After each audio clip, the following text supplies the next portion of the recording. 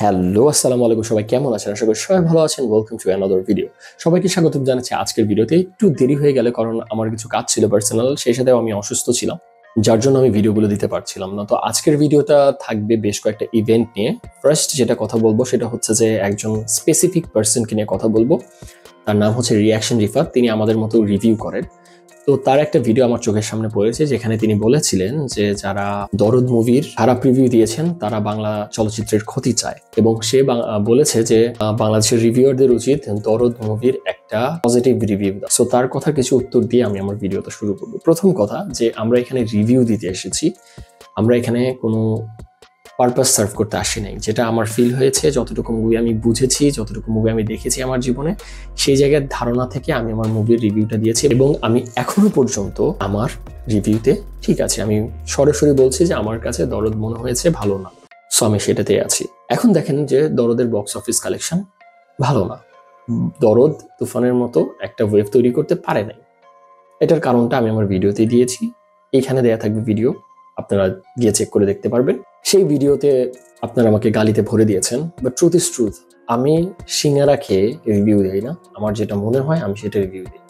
আমার মুভি দেখে যে ফিলটা এসেছে আমি সেই রিভিউটাই দিয়েছি, এবং আমি যতটুকু মুভি বুঝি সেটার উপর বেসিস করে রিভিউটা দেয়া।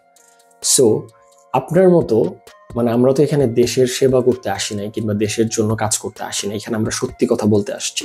আপনি যদি এই মুভিটাকে বলেন যে মুভিটা ভালো হয়েছে, তার মানে দিব্যি আপনি মুভি বোঝেন না। আপনার মধ্যে ওই ক্যাপাসিটি নাই যে আপনি মুভিটা বোঝেন, মুভির ইনডেপথটা বোঝেন না। আপনি বোঝেন ভিউ, আপনি জানেন যে শাকিব খানের মুভি পজিটিভ রিভিউ দিলে আপনার ভিউ আসবে, তাই আপনি সেটাই করেছেন।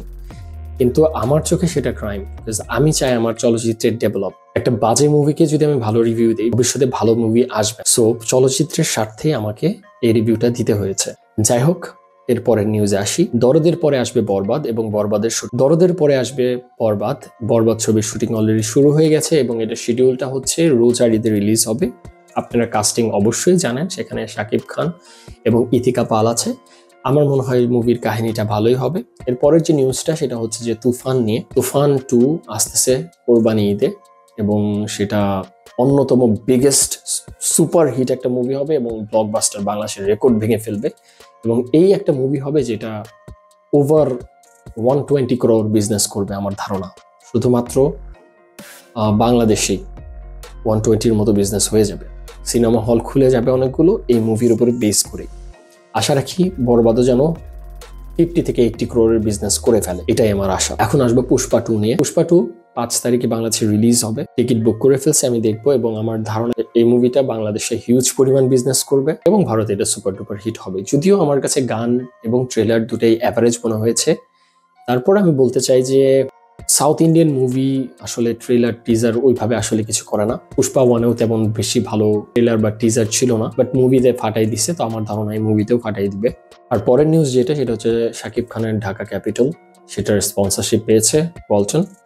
আশা করি শাকিব খানের টিম যেন এবার বিপিএল ইভেন্টটাকে ফাটায় দেয় এবং কাপটা যেন নিয়ে নেয়। যাই হোক, আজকে এই পর্যন্ত। সবাই ভালো থাকবেন, সুস্থ থাকবেন। অবশ্যই আমার চ্যানেলকে লাইক করবেন, সাবস্ক্রাইব করবেন, এবং দেখা হচ্ছে নেক্সট ভিডিওতে। সবাই ভালো থাকবেন। আসসালামু আলাইকুম।